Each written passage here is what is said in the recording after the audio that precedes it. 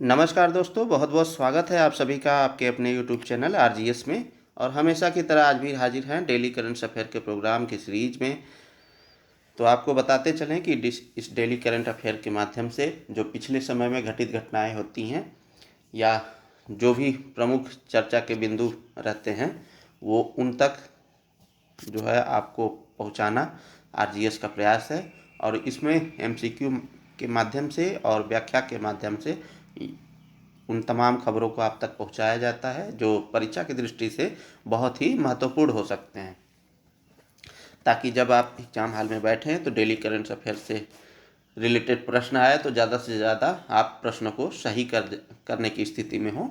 और साथ ही साथ इस डेली करंट अफेयर में स्टैटिक का पार्ट भी जोड़ा जाता है, ताकि जब स्टैटिक से करंट को जोड़ा जाए तो भी आप उन प्रश्नों को टैकल करने में सहज महसूस करें। चलिए इन्हीं सब बातों के साथ बढ़ते हैं, सेशन की शुरुआत करते हैं। तो हाल ही में जीन एडिटिंग तकनीक का प्रयोग दुर्लभ बीमारी के इलाज में कहाँ प्रयोग किया गया है? तो डेनमार्क, जापान, संयुक्त राज्य अमेरिका, फ्रांस।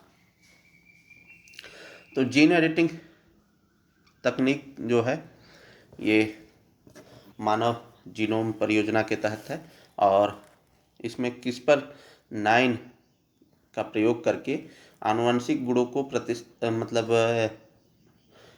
परिवर्तित करने का काम किया जाता है। और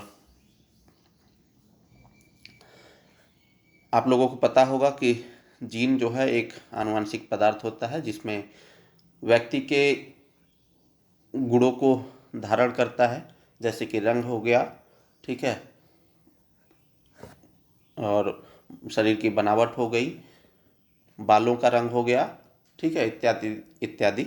तो अभी हाल ही में जीन एडिटिंग तकनीक का प्रयोग कर दुर्लभ बीमारी के इलाज में प्रयोग किया गया है और यह कहाँ किया गया है? डेनमार्क, जापान, संयुक्त राज्य अमेरिका, फ्रांस। तो ये संयुक्त राज्य अमेरिका में किया गया है। चलिए हम लोग व्याख्या को देखें। तो विश्व की पहली व्यक्तिगत जीन एडिटिंग थेरेपी का इस्तेमाल एक दुर्लभ बीमारी के इलाज में किया गया है। संयुक्त राज्य अमेरिका में वैज्ञानिकों ने पहली बार गंभीर बीमारी से ग्रसित एक बच्चे के इलाज के लिए व्यक्तिगत क्रिस्पर आधारित जीन एडिटिंग थेरेपी का सफलतापूर्वक प्रयोग किया है, इस्तेमाल किया है। यह बच्चा CPS डिफिशियंसी नामक एक दुर्लभ आनुवंशिक विकार से पीड़ित था। तो CPS डिफिशियंसी एक आनुवंशिक विकार है, ये भी याद रखिएगा।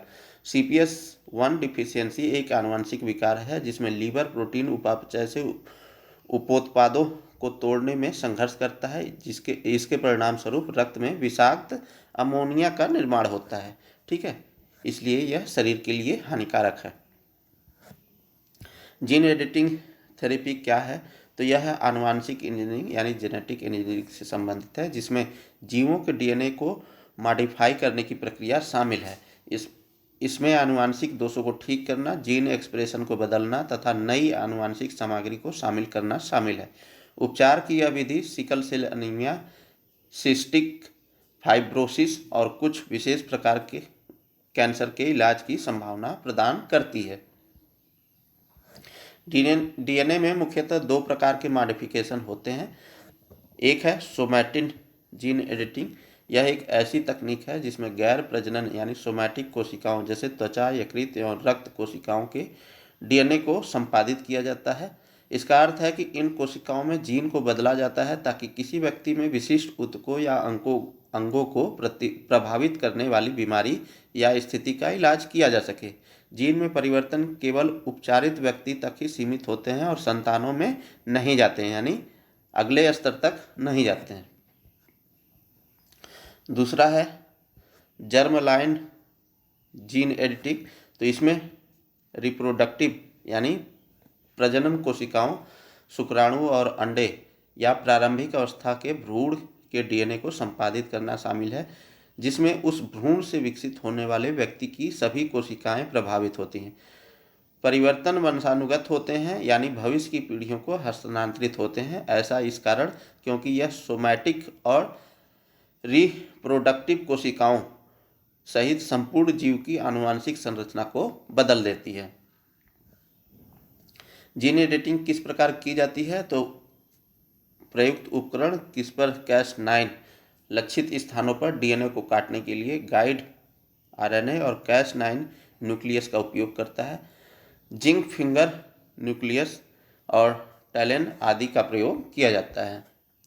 अब ये देखिए शॉर्ट फॉर्म में, जैसे जीन एडिटिंग है क्या, तो CRISPR-Cas9 नामक डीएनए एडिटिंग तकनीक में डीएनए में एक विशिष्ट स्थान को खोजा जाता है और फिर उस स्थान को एडिट किया जाता है। ठीक उसी तरह जैसे आप वर्ड प्रोसेसिंग प्रोग्राम में फाउंड एंड रिप्लेस फंक्शन का उपयोग करते हैं।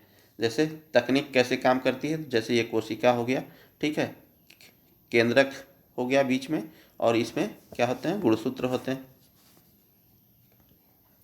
एक कोशिका को एक एंजाइम कॉम्प्लेक्स से ट्रांसफेक्टेड किया जाता है जिसमें शामिल है अणु गाइड, स्वस्थ डीएनए प्रतिलिपि और डीएनए काटने वाला एंजाइम। फिर क्या होता है, जैसे ये अनवांछित डीएनए है और इसी को हमें प्रतिस्थापित करना है, तो एक विशेष रूप से डिजाइन किया गया सिंथेटिक गाइड अणु टारगेट डीएनए स्टैंड को खोजता है। साथ ही साथ डीएनए काटने वाला एंजाइम इस पर डाला जाता है। दोषपूर्ण डीएनए के रूप में जो है यह अलग किया जाता है। एक डीएनए टारगेट डीएनए स्टैंड को काट देता है, फिर स्वस्थ डीएनए स्टैंड किया जाता है, यानी फिर से दूसरा डीएनए यहाँ पर लगा दिया जाता है।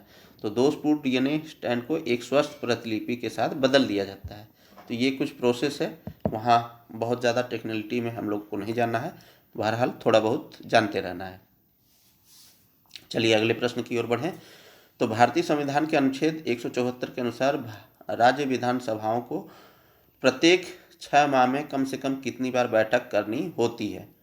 तो अभी जो है एक रिपोर्ट आई है PRS की, और उसमें बताया गया कि राज्य विधानसभा में कामकाज में तीव्र गिरावट आई है। तो उसी संबंधित ये प्रश्न बनता है। तो भारतीय संविधान के अनुच्छेद 174 के अनुसार राज्य विधानसभाओं को प्रत्येक 6 माह में कम से कम कितनी बार बैठक करनी होती है, तो एक बार करनी होती है। चलिए हम लोग व्याख्या को देखें। तो PRS रिपोर्ट में राज्य विधानसभा के कामकाज में तीव्र गिरावट की बात कही गई है, और इस रिपोर्ट की मुख्य निष्कर्ष की बात करें तो बैठक के औसत दिनों की संख्या में कमी देखी गई है। 2017 में 28 से घटकर 2024 में 20 हो गई है। 11 राज्यों ने 1 या 2 दिनों तक चलने वाले छोटे सत्रों के माध्यम से अनुच्छेद 174 के तहत आवश्यकता को पूरा किया है। संविधान के अनुच्छेद 174 के अनुसार राज्य विधानमंडलों को प्रत्येक 6 माह में कम से कम एक बार बैठक करनी होती है। संविधान समीक्षा समिति ने छोटी विधानसभाओं जैसे 70 सदस्यों से कम के लिए न्यूनतम वार्षिक बैठक 50 दिन तथा बड़ी विधानसभाओं के लिए न्यूनतम वार्षिक बैठक 90 दिन की करने की सिफारिश की थी। ठीक है, तो संविधान समीक्षा समिति का भी आप याद रखिएगा, 50 और 90 दिन। सीमित बहस हुई है। राज्यों ने 2024 में औसत 17 विधेयक पारित किए। हालांकि 51% विधेयक पेश होने के एक दिन के भीतर पारित कर दिए गए। 2024 में पारित विधेयकों में से केवल 4% को विस्तृत जांच के लिए समिति को भेजा गया है। अध्यक्ष और उपाध्यक्ष की अनुपस्थिति अनुच्छेद 178 अप्रैल 2025 तक 8 राज्यों और केंद्र शासित प्रदेशों में कोई उपाध्यक्ष नहीं था। झारखंड ने 20 वर्षों से अधिक समय से उपाध्यक्ष का चुनाव नहीं किया है। विधेयकों पर मंजूरी में देरी हुई है। तो 2024 में 18% विधेयकों को मंजूरी मिलने में 3 महीने से अधिक का समय लगा। उदाहरण के लिए हिमाचल प्रदेश में 72% विधेयकों में देरी हुई। अनुच्छेद 200 के अनुसार राज्यपाल को बिना किसी देरी के विधेयक को स्वीकृति देनी होगी, वापस करना होगा या सुरक्षित करना होगा। अब इस रिपोर्ट का आशय क्या है? PRS रिपोर्ट का आशय क्या है? तो जल्दबाजी में कानून बनाया जा रहा है इस रिपोर्ट के अनुसार, यानी सीमित बहस के कारण कानून कमजोर, अस्पष्ट या खराब तरीके से क्रियान्वित होते हैं। लोकतांत्रिक घाटा भी होता है, जैसे पारदर्शिता का अभाव, सीमित चर्चा विधायी संस्थाओं और लोकतांत्रिक प्रक्रियाओं में जनता के विश्वास को खत्म कर सकती हैं। शासन संबंधी कमियां भी देखी जा रही हैं। विलंब या कमजोर कानूनों के कारण जो है भ्रम, नीतिगत असंगति और खराब सेवा वितरण होता है। चलिए अगले प्रश्न की ओर बढ़ें।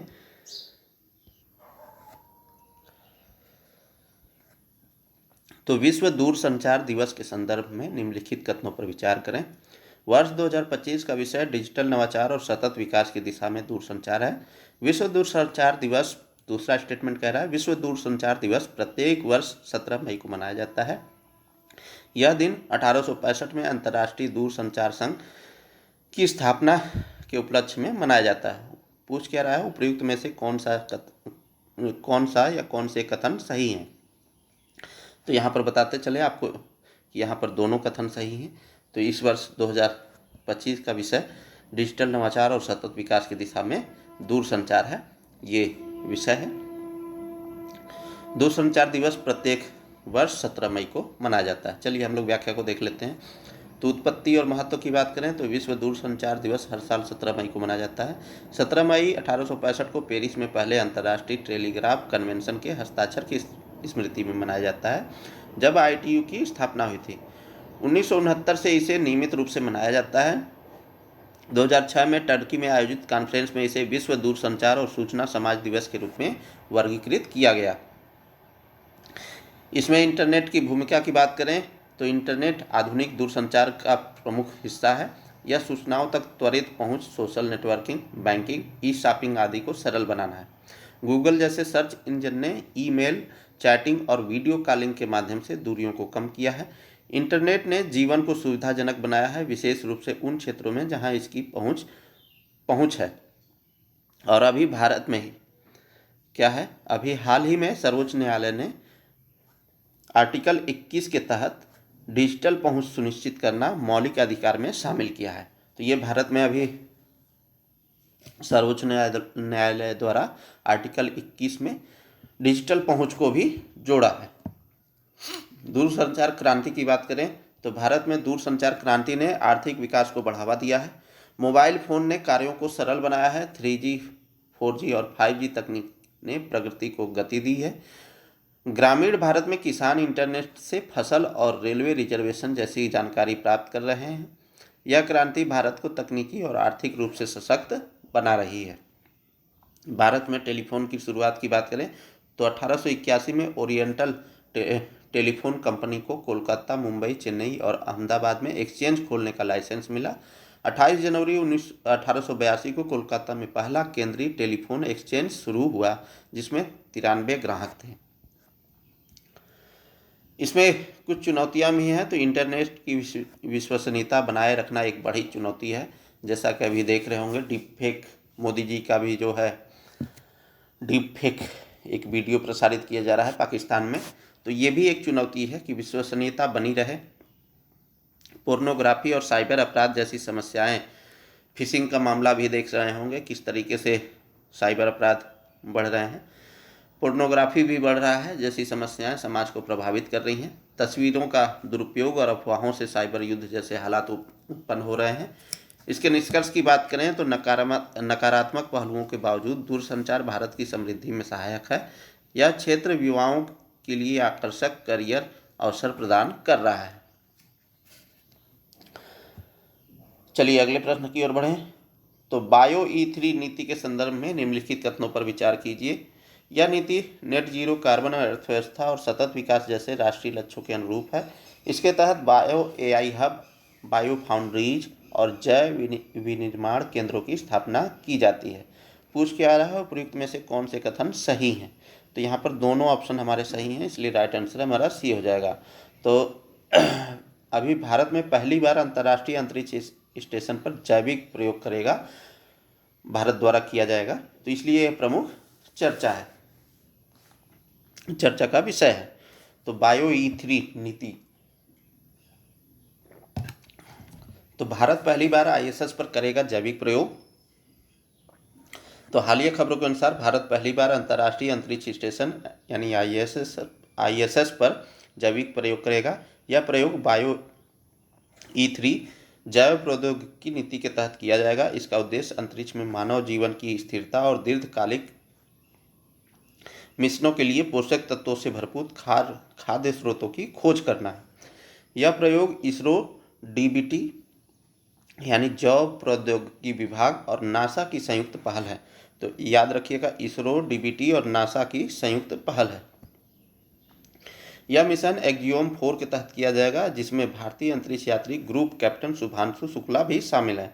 बता दें कि इन उगाए गए शैवाल की क्रिप्टोम, प्रोटियोम और मेटाबोलोम प्रोफाइल की तुलना पृथ्वी पर उगाए गए शैवाल से की जाएगी। प्रमुख प्रयोग और उनके उद्देश्यों के बारे में बात करें तो पहला प्रयोग, यह प्रयोग ISS पर सूक्ष्म गुरुत्व यानी माइक्रोग्रेविटी और अंतरिक्ष विकिरण के प्रभाव में खाद्य सूक्ष्म शैवाल जैसे स्पाइरुलिना की वृद्धि, विकास और पोषण मूल्य का अध्ययन करेगा। बता दें कि सूक्ष्म शैवाल में प्रोटीन, लिपिड और बायो एक्टिव यौगिकों की उच्च मात्रा होती है, जो अंतरिक्ष में सुरक्षित और टिकाऊ पोषण के लिए उपयुक्त हैं। वहीं इनका जीवन चक्र बहुत छोटा होता है और कुछ प्रजातियां मात्र 26 घंटे में विकसित हो जाती हैं। दूसरा प्रयोग, इसमें स्पाइरुलिना और सिनेकोकस जैसे साइनोबैक्टीरिया की यूरिया और नाइट्रेट आधारित मीडिया में वृद्धि और उनकी प्रोटिओमिक प्रतिक्रियाओं का अध्ययन किया जाएगा। इसका मुख्य उद्देश्य स्पाइरुलिना की उच्च प्रोटीन और विटामिन सामग्री के कारण इसे सुपरफूड के रूप में जांचना है। बता दें कि साइनोबैक्टीरिया तेजी से बढ़ते हैं और कुशल प्रकाश संश्लेषण में सक्षम होते हैं, जिससे वे कार्बन, नाइट्रोजन और नाइट्रोजन के पुनर्चक्रण प्रणालियों के लिए उपयुक्त हैं। बायो E3 नीति के बारे में बात करें तो इसका उद्देश्य उच्च प्रदर्शन वाले जैव विनिर्माण को बढ़ावा देना है। यह नीति नेट जीरो कार्बन अर्थव्यवस्था और सतत विकास जैसे राष्ट्रीय लक्ष्यों के अनुरूप है। यह नीति अनुसंधान एवं विकास यानी रिसर्च एंड डेवलपमेंट, नवाचार और उद्यमिता को बल देती है। इसके तहत bio AI hub, bio foundries और जैव विनिर्माण केंद्रों की स्थापना की जाती है। इसका मुख्य उद्देश्य जैव प्रौद्योगिकी कार्यबल का विस्तार करना और पर्यावरण के लिए जीवन शैली यानी लाइफ कार्यक्रमों के साथ संरेखण करना है। यह नीति विशेष रूप से टियर 2, टियर 3 शहरों में महत्वपूर्ण रोजगार सृजन के लिए जैव विनिर्माण केंद्रों की स्थापना को प्रोत्साहित करती है। इस नीति में नैतिक जैव सुरक्षा, जैव नियामक संरेखण और जिम्मेदार जैव प्रौद्योगिकी विकास पर भी जोर दिया गया है। चलिए अगले प्रश्न की ओर बढ़ें। तो अभ्यास तीस्ता प्रहार, निम्नलिखित कथनों पर विचार कीजिए। इसका आयोजन पश्चिम बंगाल के तीस्ता फील्ड फायरिंग रेंज में किया गया। यह अभ्यास भारतीय सेना के पूर्वी कमान त्रिशक्ति कोर द्वारा किया गया है। तो पूछ क्या रहा है, उपयुक्त में से कितने कथन सही हैं? तो यहाँ पर दोनों का कथन सही हैं। तो इसका आयोजन पश्चिम बंगाल में तीस्ता फील्ड फायरिंग रेंज में किया गया, ठीक है, ये भी कथन सही है। यह अभ्यास भारतीय सेना के पूर्वी कमान त्रिशक्ति कोर द्वारा किया गया। तो यहाँ पर दोनों ऑप्शन सही हो जाते हैं। चलिए हम लोग व्याख्या को देखें। चर्चा में अभ्यास तीस्ता प्रहार। तो हाल ही में भारतीय सेना ने तीस्ता प्रहार नामक एक अभ्यास आयोजित किया। इसका आयोजन पश्चिम बंगाल के तीस्ता फील्ड फायरिंग रेंज में किया गया। भारतीय सेना के पूर्वी कमान के अंतर्गत त्रिशक्ति कोर द्वारा किया गया। इसका उद्देश्य वास्तविक युद्ध की स्थितियों में सेना की तैयारी, सामंजस्य और संचालन क्षमता को बढ़ाना है। इस अभ्यास में सेना ने नवीनतम हथियारों, ड्रोन तकनीक, रॉकेट प्रणालियों और नेटवर्क केंद्रित युद्ध रणनीतियों का उपयोग किया है। यह अभ्यास भारत की सीमाओं की सुरक्षा और दुश्मन की किसी भी संभावित चुनौतियों का प्रभावी मुकाबला करने की क्षमता को दर्शाता है। यह अभ्यास पूर्वोत्तर भारत के संवेदनशील क्षेत्र, विशेषकर सिलीगुड़ी कॉरिडोर के आसपास भी आयोजित हुआ है, जो भारत की सामरिक सुरक्षा के लिए अत्यंत महत्वपूर्ण है। अब हम लोग सिलीगुड़ी गलियारा की बात कर लेते हैं। तो इसे चिकन नेक के नाम से भी जाना जाता है। यह पश्चिम बंगाल में भूमि की एक संकरी पट्टी है। यह महानंदा और तीस्ता नदी के बीच स्थित पूर्वी भारत का एक बहुत ही महत्वपूर्ण रणनीतिक क्षेत्र है। यह चीन, नेपाल और बांग्लादेश के साथ अंतर्राष्ट्रीय सीमाओं के निकट होने के कारण महत्वपूर्ण सैन्य महत्व रखता है। यह भारतीय मुख्य भूमि को पूर्वोत्तर राज्यों से जोड़ता है, जो उनके और शेष भारत के बीच एकमात्र भूमि संपर्क के रूप में कार्य करता है। तो जब आप नॉर्थ ईस्ट इंडिया का जब मैप देखते हैं तो इस तरह से जब जाते हैं उत्तर प्रदेश होते हुए, फिर ये सिक्किम और फिर ये अरुणाचल प्रदेश और इस तरह के से त्रिपुरा और ये असम, इस तरीके से तो ये जो पोर्शन बनता है यही है सिलीगुड़ी गरियाला। ठीक है, चलिए हम लोग अगले प्रश्न की ओर बढ़ें। तो गया जी शहर के बारे में निम्नलिखित कथनों पर विचार करें। तो अभी आप लोगों को पता होगा कि गया शहर का नाम अब जो है गया जी होगा, और इसके संदर्भ में एक अभी अधिसूचना जारी हुई है। तो सभी वैष्णव मंदिरों में सर्वाधिक पवित्र माने जाने वाला विष्णुपद मंदिर शहर के दक्षिणी छोर पर फल्गु नदी के तट पर स्थित है। दूसरा स्टेटमेंट कह रहा है कि यह शहर विश्व के दो बड़े धर्म हिंदू और बौद्ध की आस्था का भी प्रमुख केंद्र है। उपर्युक्त में से कितने कथन सही हैं? तो यहाँ पर आपको बताते चलें कि यह सभी वैष्णव मंदिर में सर्वाधिक पवित्र माने जाने वाला विष्णुपद मंदिर शहर के दक्षिणी छोर पर फल्गु नदी के तट पर स्थित है, और यह जो है हिंदू धर्म और बौद्ध धर्म दोनों की आस्था का केंद्र है। तो राइट आंसर हमारा सी हो जाएगा। और गया का नाम अभी गया जी किया गया है, इसीलिए यह चर्चा में है। अब गया जी के नाम से जाना जाएगा गया शहर। इस शहर का नाम बदलने के पीछे सरकार ने बताया है कि गया पौराणिक, ऐतिहासिक और धार्मिक महत्व का केंद्र है। तो 3 बिंदु इसमें निकल के आ रहे हैं, पौराणिक, ऐतिहासिक और धार्मिक महत्व। मतलब पौराणिक मतलब जो पुराणों में इसका वर्णन मिलता है, ऐतिहासिक मतलब जो इतिहास में चीज़ें मिलती हैं, और धार्मिक महत्व भी है। इसलिए इस शहर को गया की जगह पर गया जी के नाम से जाना जाएगा। बता दें कि यह शहर बिहार के सबसे खूबसूरत शहरों में से एक है। यह शहर अपने पौराणिक कथाओं के लिए भी बेहद प्रसिद्ध है। इसके साथ ही यह शहर विश्व के 2 बड़े धर्म हिंदू और बौद्ध की आस्था का भी प्रमुख केंद्र है।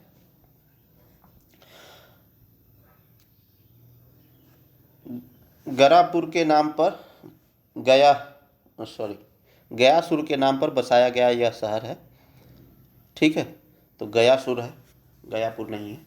पौराणिक कथाओं में बताया गया है कि गयासुर एक शक्तिशाली असुर था जिसने भगवान विष्णु की तपस्या की, और उसने एक वरदान प्राप्त किया कि उसका शरीर सभी पापों को नष्ट करने वाला होगा। जब गयासुर ने इस शक्ति का दुरुपयोग करना शुरू किया तो भगवान विष्णु ने उसे मारने का निर्णय लिया, और गयासुर के शरीर को पृथ्वी पर गिरने से रोकने के लिए भगवान विष्णु ने उसे अपने पैरों से दबा दिया और उसे पाताल में दबा दिया। गयासुर के शरीर को दबाने के लिए भगवान विष्णु ने जिस स्थान पर खड़े होकर उसे दबाया था वह गया शहर गया बन गया। यह शहर हिंदू धर्म में एक महत्वपूर्ण तीर्थ स्थल है जहां लोग अपने पूर्वजों के लिए पिंडदान और श्राद्ध करते हैं। कथा के अनुसार गयासुर के शरीर पर किए गए पिंडदान और श्राद्ध से पूर्वजों को मुक्ति मिलती है और उन्हें शांति प्राप्त होती है। तो ये पौराणिक महत्व है। साथ ही साथ ये तो था हिंदू मैथोलॉजी में, ठीक है। और ये बौद्ध मैथोलॉजी में क्या कहता है, तो गया में ही बुद्ध को ज्ञान प्राप्त हुई थी। ठीक है, गया शहर में ही महात्मा बुद्ध को हुई थी ज्ञान की प्राप्ति। बौद्ध धर्म के ग्रंथ के मुताबिक महात्मा बुद्ध को ज्ञान की प्राप्ति भी बोध गया में हुई थी, जो वर्तमान में गया में स्थित है। ग्रंथ के मुताबिक बोध गया में एक पीपल के पेड़ के नीचे बैठकर महात्मा बुद्ध ने कठोर तपस्या की और अंततः ज्ञान प्राप्ति किया। इस पीपल के पेड़ को अब बोधि वृक्ष कहा जाता है, और यह बौद्ध धर्म के अनुयायियों के लिए एक पवित्र स्थल है। वैष्णव मंदिरों में सर्वाधिक पवित्र है विष्णुपद। तो सभी वैष्णव मंदिरों में सर्वाधिक पवित्र माने जाने वाला विष्णुपद मंदिर शहर के दक्षिणी छोर पर फल्गु नदी के तट पर स्थित है। ठीक है, यह मंदिर काले पत्थरों से बना हुआ है। इसका निर्माण इंदौर की रानी अहिल्याबाई ने 1787 में कराया था। स्थापत्य कला के दृष्टिकोण से इसका निर्माण बेहद कलात्मक है। इस मंदिर का मंडप 58 वर्ग फुट के घेरे में व 8 पंक्तियों में 4-4 संयुक्त स्तंभों पर मंदिर टिका है। मंदिर के गर्भगृह में भगवान विष्णु के 13 इंच लंबा चरण चिन्ह पत्थर है। यह चरण चिन्ह दक्षिण से उत्तर की ओर है। इस मंदिर की ऊंचाई 100 फुट है। मंदिर के शीर्ष पर सोने का कलश भी लगा हुआ है। देश विदेश के लोग गया जी कहते हैं, इसीलिए जो है ये नाम परिवर्तित किया गया है। मुख्य कारण यही है। तो जैसे वहाँ के लोग हैं, वहाँ के लोग तो गया बोलते हैं, ठीक है, लेकिन जो बाहर से लोग जाते हैं, बिहार के बाहर से, वो लोग जो है गया जी के नाम से संबोधित करते हैं, इसीलिए इसका नाम बदल गया है। तो वहाँ के जो अध्यक्ष हैं सुबह शंभूलाल विट्ठल ने बताया कि वर्षों से दूसरे प्रदेश या विदेश से गया आने वाले तीर्थयात्री गया को गया जी ही कहते हैं। हम लोग भी जब बाहर दूसरे प्रदेश जाते हैं, वहाँ लोग कहते हैं गया जी से आए हैं, जबकि स्थानीय लोग यहाँ सूबे के लोग गया ही कहते हैं। इसलिए सम्मान के लिए गया जी नाम होना जरूरी है। गया के अलावा काशी को लोग काशी जी भी कहते हैं, अयोध्या को अयोध्या जी भी कहते हैं, तो इत्यादि इत्यादि है। चलिए अगले प्रश्न की ओर बढ़ें। तो मोस्ट इम्पॉर्टेंट प्रश्न है और इससे प्री और मेंस दोनों में प्रश्न आ सकते हैं। तो नेपाल के काठमांडू में प्रथम सागरमाथा संवाद के संदर्भ में निम्नलिखित कथनों पर विचार करें। तो क्या हुआ है? प्रथम सागरमाथा संवाद हुआ है। कहाँ पर हुआ है? नेपाल के काठमांडू में हुआ है, ठीक है। तो इस संदर्भ में निम्नलिखित कथनों पर विचार करना है। तो पहला कथन कह रहा है, इस उच्च स्तरीय वैश्विक संवाद का आयोजन जलवायु परिवर्तन, पर्वत और मानवता का भविष्य थीम के तहत किया गया। भारत की तरफ से वैश्विक जलवायु कार्रवाई के प्रति भारत की दृढ़ प्रतिबद्धता और हिमालय तथा अन्य पर्वतीय इकोसिस्टम की सुरक्षा के लिए सहयोगात्मक प्रयासों की आवश्यकता पर बल दिया गया है। तो आपको बताते चलें कि इस प्रथम सागरमाथा संवाद में जो हमारे केंद्रीय पर्यावरण और वन एवं जलवायु परिवर्तन मंत्री हैं श्री भूपेंद्र यादव जी, उन्होंने काठमांडू में आयोजित ये प्रथम सागरमाथा संवाद में भाग लिया। और इस संवाद का जो थीम है वो भी सही है, और इसका जो भारत की तरफ से वैश्विक जलवायु कार्रवाई के प्रति भारत की दृढ़ प्रतिबद्धता और हिमालय तथा अन्य पर्वतीय इकोसिस्टम की सुरक्षा के लिए सहयोगात्मक प्रयासों की आवश्यकता पर बल दिया गया है। तो ये कथन भी सही है, तो इसलिए राइट आंसर हमारा सही यहाँ पर ही पूछ रहा है, तो राइट आंसर हमारा सी हो जाएगा। चलिए हम लोग व्याख्या को देखें। तो केंद्रीय पर्यावरण, वन एवं जलवायु परिवर्तन मंत्री श्री भूपेंद्र यादव ने आज नेपाल के काठमांडू में आयोजित सागरमाथा संवाद के उद्घाटन सत्र में भारत का प्रतिनिधित्व किया। इस उच्च स्तरीय वैश्विक संवाद का आयोजन जलवायु परिवर्तन, पर्वत और मानवता का भविष्य थीम के तहत किया गया, जिसमें विश्व भर के मंत्रियों और जलवायु पर काम करने वाले अग्रणी लोगों ने भाग लिया। तो थीम याद रखिएगा, जलवायु परिवर्तन और पर्वत और मानवता का भविष्य। सागरमाथा जिसका अर्थ है आकाश का शीर्ष, उन पर्वतों की महिमा और उनकी रक्षा करने की हमारी जिम्मेदारी को सटीक रूप से दर्शाता है, जो हमारे ग्रह की जीवन रेखा है। श्री यादव ने सागरमाथा संवाद की मेजबानी के लिए नेपाल की सराहना की और कहा कि भारत अपने विशाल हिमालयी क्षेत्र के साथ अपने पर्वतीय पड़ोसियों के साथ एक समान पारिस्थितिक और सांस्कृतिक बंधन साझा करता है। उन्होंने जोर देकर कहा कि दक्षिण एशिया वैश्विक आबादी का लगभग 25% हिस्सा होने के बावजूद ऐतिहासिक वैश्विक CO2 उत्सर्जन का केवल 4% हिस्सा है। मंत्री महोदय ने पर्वतीय प्रदेशों की साझा पारिस्थितिक चुनौतियों से निपटने के लिए वैश्विक कार्रवाई हेतु एक 5 सूत्रीय आह्वान की रूपरेखा भी प्रस्तुत की है। उन्नत वैज्ञानिक सहयोग, क्रायोस्फेरिक परिवर्तनों, जल विज्ञान चक्रों और जैव विविधता की निगरानी के लिए अनुसंधान सहयोग को मजबूत करना है। जलवायु अब ये 5 सूत्रीय कार्यक्रम जो है, सूत्रीय आह्वान जो है, ये इम्पॉर्टेंट हो जाता है मेंस की दृष्टि से। तो उन्नत वैज्ञानिक सहयोग करना पहला है, यानी क्रायोस्फेरिक परिवर्तनों, जल विज्ञान चक्रों और जैव विविधता की निगरानी के लिए अनुसंधान सहयोग को मजबूत करना है। दूसरा है जलवायु लचीलापन का निर्माण करना। तो जलवायु अनुकूलन उपायों में निवेश, ग्लेशियर झील विस्फोट, बाढ़ जैसी आपदाओं के लिए पूर्व चेतावनी प्रणाली तथा पर्वतीय क्षेत्रों में जलवायु लचीले बुनियादी ढांचे में निवेश करना। तीसरा है पर्वतीय समुदायों को सशक्त बनाना, यह सुनिश्चित करना कि स्थानीय समुदायों का कल्याण, जरूरतों और आकांक्षाएं नीति निर्माण के केंद्र में हों और उन्हें हरित आजीविका और टिकाऊ पर्यटन से लाभ हो। उनका पारंपरिक ज्ञान एक अमूल्य संसाधन है। ये तीसरा होगा ना, तीसरा है। ये चौथा है हरित वित्त उपलब्ध कराना, पर्वतीय देशों को अनुकूलन और समन रणनीतियों को प्रभावी ढंग से लागू करने के लिए UNFCCC और उसके पेरिस समझौते के अनुसार पर्याप्त और पूर्वानुमानित जलवायु वित्त उपलब्ध कराना है। और पांचवा है पर्वतीय परिप्रेक्ष्य को मान्यता देना, यह सुनिश्चित करना कि पर्वतीय पारिस्थितिक तंत्र की अद्वितीय कमजोरियों और योगदानों को वैश्विक जलवायु वार्ताओं और सतत विकास एजेंडा में उपयुक्त रूप से शामिल किया जाए।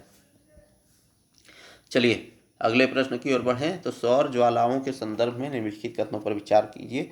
तो सौर ज्वालाएं सूर्य पर होने वाली विशाल विस्फोट हैं जो ऊर्जा, प्रकाश और उच्च गति वाले कणों को अंतरिक्ष में भेजते हैं। दूसरा कथन कह रहा है यह अक्सर सौर चुंबकीय तूफानों से जुड़े होते हैं जिन्हें कोरोनल मास इंजेक्शन के रूप में जाना जाता है। तो उपयुक्त में से कितने कथन सही हैं? तो यहाँ पर बताते चलें कि दोनों कथन यहाँ पर सही हैं, इसलिए राइट आंसर हमारा सी हो जाएगा। नासा के उपग्रहों ने हाल ही में एक विशाल और सौर ज्वाला का पता लगाया है जिसमें सूर्य से अति गर्म